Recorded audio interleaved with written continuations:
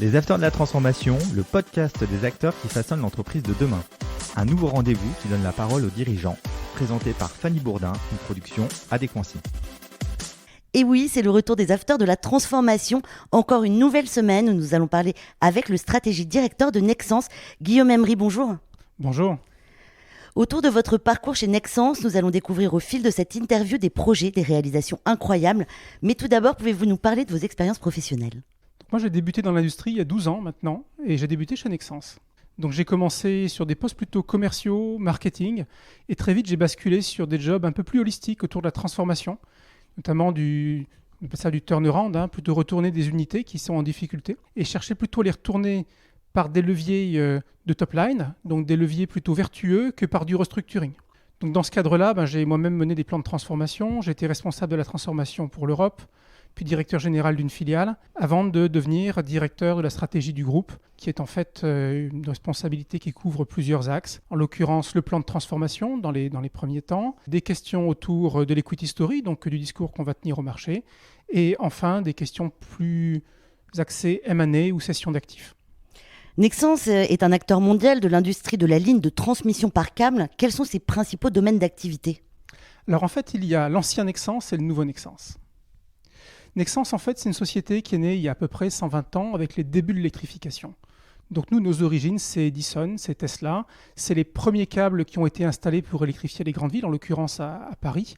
Donc Nexans est né dans ce contexte-là. Pendant à peu près 90 ans, on a livré des câbles exclusivement pour l'électrification, avant de se retrouver dans les années 90, années où en fait la mode est venue au grand conglomérat industriel. Donc on s'est diversifié. On a racheté des activités dans le domaine des télécoms, mais également dans le domaine de l'industrie, pour câbler en fait, les trains, les avions, les bateaux. En fait, pour vous donner un petit ordre de grandeur, chaque véhicule transportant un passager, vous avez 1 km de câble par passager. Une voiture de 5 places, 5 km. Un paquebot de 3000 personnes, 3000 km. Un avion de 250 personnes, 250 km. Donc on s'est diversifié dans ce domaine-là. Donc Nexans est devenu une société généraliste. Et en fait, plus récemment, on a annoncé notre nouveau plan stratégique, donc début 2021, et on a fait le choix de revenir à ce qu'on fait de mieux et à nos origines, qui sont en fait l'électrification. Donc on va recentrer nos activités sur l'électrification. Quel est le positionnement de Nexans ? Nexans, en fait, a un positionnement de différenciation, c'est-à-dire qu'on distingue dans le monde de la stratégie généralement 3 stratégies généralistes qui vont être soit une stratégie de commodité, de low cost, un peu comme pourrait le faire EasyJet ou Ryanair, des stratégies de positionnement de niche sur lesquelles vous allez cibler un petit marché extrêmement restreint et très profitable, ou un positionnement généraliste. Aujourd'hui, Nexans, on va dire jusqu'à 2020, était positionné en tant que généraliste. Et aujourd'hui, on va bouger vers l'électrification pour créer un positionnement qui est assez unique. On n'est ni généraliste, ni spécialiste. On est positionné sur toute la chaîne de valeur de l'électrification. Pourquoi ? Parce qu'en fait, déjà, l'électrification, qu'est-ce que l'électrification ? L'électrification, c'est la capacité de connecter votre ampoule chez vous jusqu'à la centrale électrique. Et en fait, on pense qu'il y a une vertu à être capable de couvrir l'ensemble de la chaîne de valeur. Donc on devient en quelque sorte des spécialistes de l'électrification avec non plus un apport uniquement de produits, mais également de solutions et de services. Comment se traduit l'énorme transformation que Nexans opère depuis 2018 ? Et en fait, il faut recadrer ça dans 2 grandes phases. Il y a eu une première phase, on va dire 18-20. Durant cette phase, la société était en grande difficulté puisqu'on avait fait 2 profit warnings avant. En 2018, au moment du changement de portage, donc quand Christopher Guérin a pris la direction générale de l'entreprise, on avait une action autour de 23 €, ce qui est très bas puisqu'aujourd'hui on est autour plutôt de 85 €. Et qui mettait réellement la société à risque, au risque potentiellement d'OPA ou en tout cas en très forte faiblesse sur le marché. Donc là, en fait, il s'agissait de remettre la société sur les rails et on a fait ça à travers plusieurs axes. Des axes classiques autour des coûts, mais également quelque chose qui est très spécifique à Nexans, en fait. On s'est dit que si on ne redressait pas nous-mêmes, et quand je dis nous, c'est l'équipe de Nexans, en fait, la société, ce serait une société de private equity qui le ferait sans doute. Donc on s'est dit, we are gonna private equitize ourselves. Donc on a nous-mêmes développé en interne, avec du support également externe, des méthodes pour faire du turnaround, comme l'aurait fait un private equity, mais en connaissant la boîte de l'intérieur. Donc pour ça, on a développé un programme qui s'appelle Shift. Et Shift, en fait, c'est basé sur plusieurs convictions. La première, c'est qu'il y a un potentiel phénoménal dans la donnée dans l'entreprise. Et en récupérant de la donnée de plusieurs métiers, industriels, commerciaux, R&D, clients, et en croisant cette donnée, on trouve des leviers de transformation qui n'ont pas été explorés. C'est le pouvoir en fait de la donnée, de l'exploration d'une approche holistique des entreprises et non plus silotée. Et on associe ça à un très fort drive dans le suivi et à des équipes qui sont hybrides de conseils externes avec de l'interne. Et en fait, une équipe de transfo chez nous va agir un peu comme une task force qui va venir sur une business unit en difficulté et qui va designer les analyses le matin, mais être chez le client l'après-midi pour implémenter ce qui aura été trouvé. Ce sont les mêmes personnes. Vous me parlez de 2018 à 2020, de 2020 à 2021, fin 2021 ?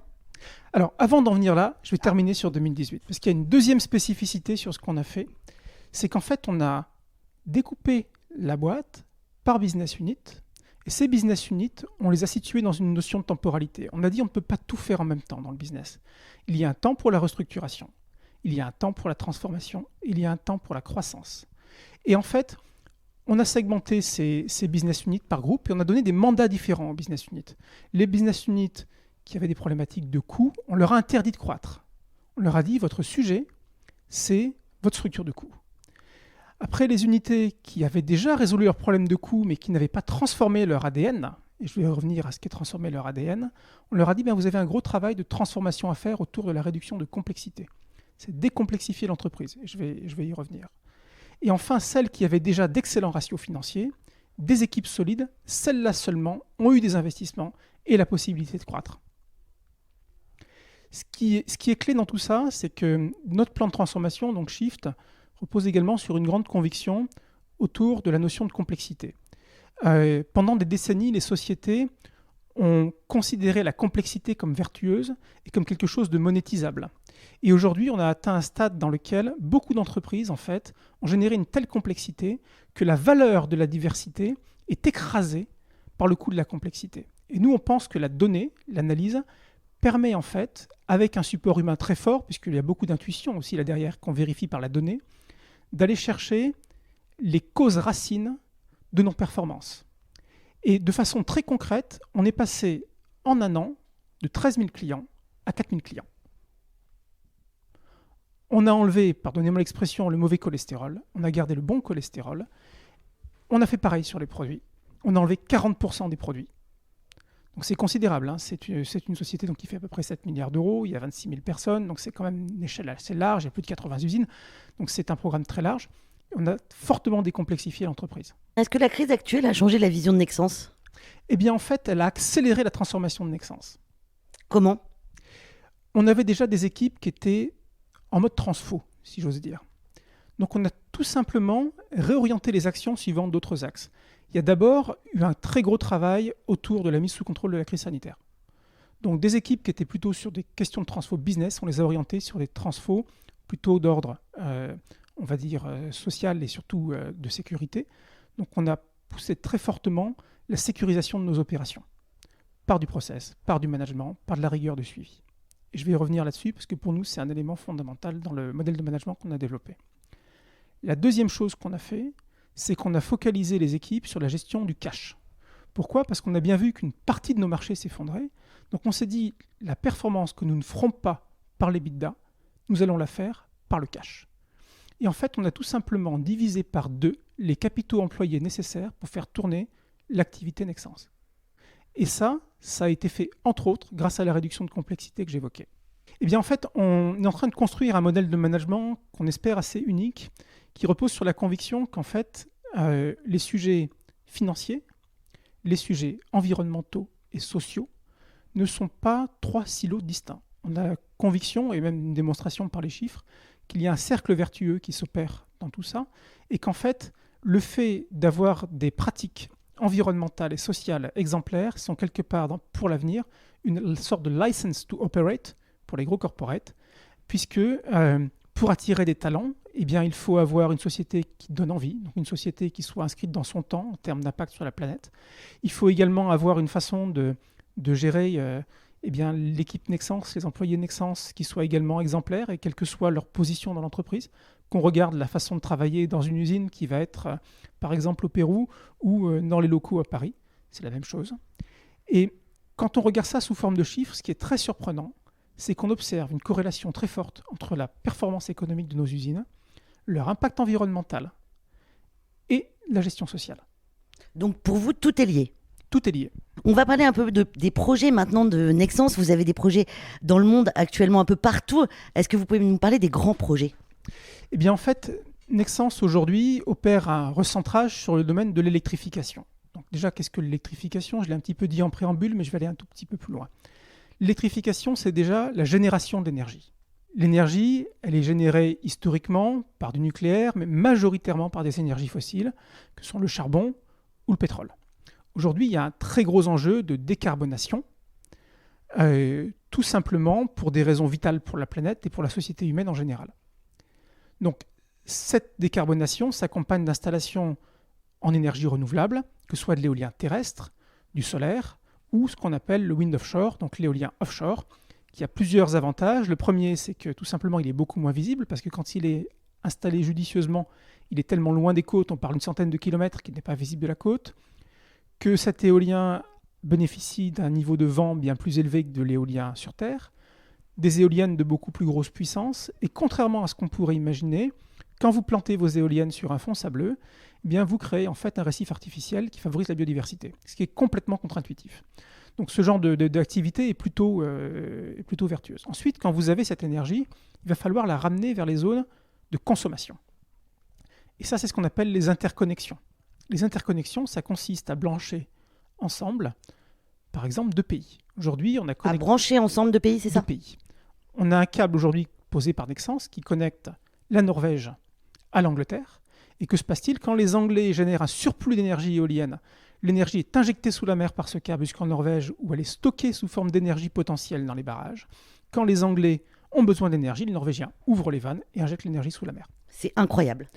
On a plusieurs projets comme ça. Il y a un énorme projet en cours qui s'appelle EuroAsia, qui vise à créer une connexion qui, à terme, ira normalement de Grèce à Israël pour élargir encore cette possibilité d'échange de l'électricité entre les pays.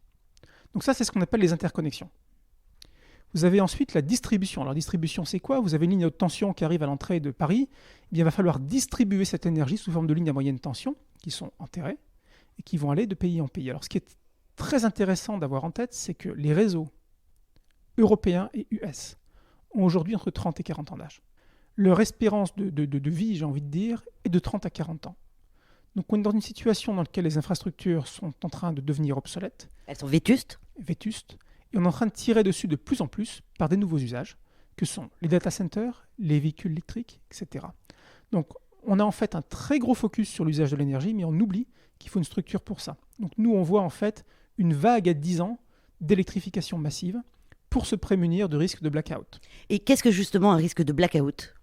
Blackout, en fait, c'est tout simplement votre réseau électrique qui tombe en carafe. C'est déjà arrivé, je crois.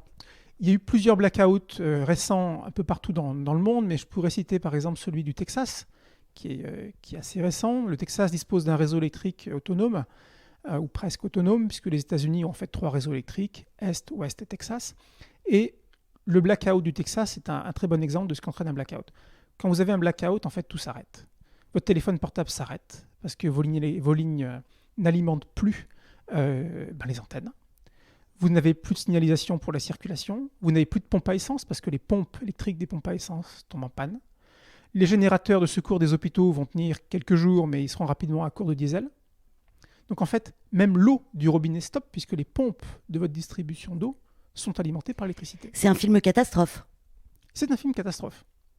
Heureusement, on a des clients dont c'est le métier qui garantissent la sécurité du réseau et qui investissent massivement, des gens par exemple comme RTE en France, dont c'est le métier et qui investissent aujourd'hui massivement sur ces réseaux pour en garantir la sécurité et la pérennité. Donc de notre côté, nous, on travaille avec eux pour les approvisionner avec les câbles dont ils ont besoin pour cette modernisation. On va parler un peu aussi de votre projet au large de New York. Alors en fait, New York a de très grosses ambitions en termes d'énergie renouvelable. C'est une ville qui ambitionne de passer quasiment entièrement en énergie renouvelable d'ici à 2035. Il parle d'installer environ 9 gigawatts d'énergie. Alors 9 gigawatts, ça ne parle pas beaucoup comme ça, mais 9 gigawatts, c'est 9 tranches de réacteurs nucléaires. Donc pour ça, en fait, ils ont identifié plusieurs sources possibles. Ils sont en train de connecter via la Hudson River New York à la frontière canadienne pour bénéficier de l'énergie des barrages canadiens. Mais surtout, au large de Long Island, entre autres, sont en cours d'installation, donc les contrats sont pour beaucoup signés, des fermes éoliennes géantes en fait. Donc on parle d'éoliennes dont l'envergure est comparable à celle d'un Boeing 747 en fait. Donc ces fermes éoliennes sont en cours d'installation. Il y a des milliards de dollars qui sont mis sur la table. Et en fait, l'enjeu est de ramener cette énergie jusqu'à New York. Elles sont à 100 km à peu près, c'est ça ? Ça dépend, ça va entre on va dire 40 et 100 km selon les champs éoliens. Et en fait, on a une usine aux US, à Charleston, en Caroline du Sud. On a également un bateau, qui s'occupe d'installer ces câbles sous-marins. Donc pour vous donner quelques ordres de grandeur, un bateau de ce type, pour installer les câbles qui vont lier vos éoliennes à la côte, ça transporte des tronçons de câbles de 10 000 tonnes. Et ces vaisseaux vont poser donc 10 000 tonnes, c'est le poids de la Tour Eiffel. Donc imaginez le poids de la Tour Eiffel en câble, en un tronçon, posé sur un vaisseau, qui va être posé sous l'eau. Pour les éoliennes, c'est posé à on va dire entre 50 et 100 mètres de fond. Pour les interconnexions sous-marines, on va jusqu'à 3000 mètres de fond avec des robots sous-marins. Donc ça va être posé au large de New York pour connecter ces éoliennes jusqu'à la côte, avant de dispatcher l'électricité jusqu'à la ville de New York. Combien de personnes travaillent justement sur ces gros projets ? Alors les gros projets, je n'ai pas le chiffre en tête, c'est quelques milliers. Nexans, c'est 26 000 personnes. C'est, on va dire, une fraction d'une dizaine de pourcents, quinzaine de pourcents qui est sur ces projets, puisque ce n'est pas la partie la plus consommatrice de main-d'œuvre du groupe. Et comment on les pilote, ces projets justement, qui sont faramineux, importants, étonnants, mais extraordinaires aussi ? En fait, c'est des projets pour lesquels il s'agit d'être très prudent dans les choix techniques et les choix de projets qui sont faits.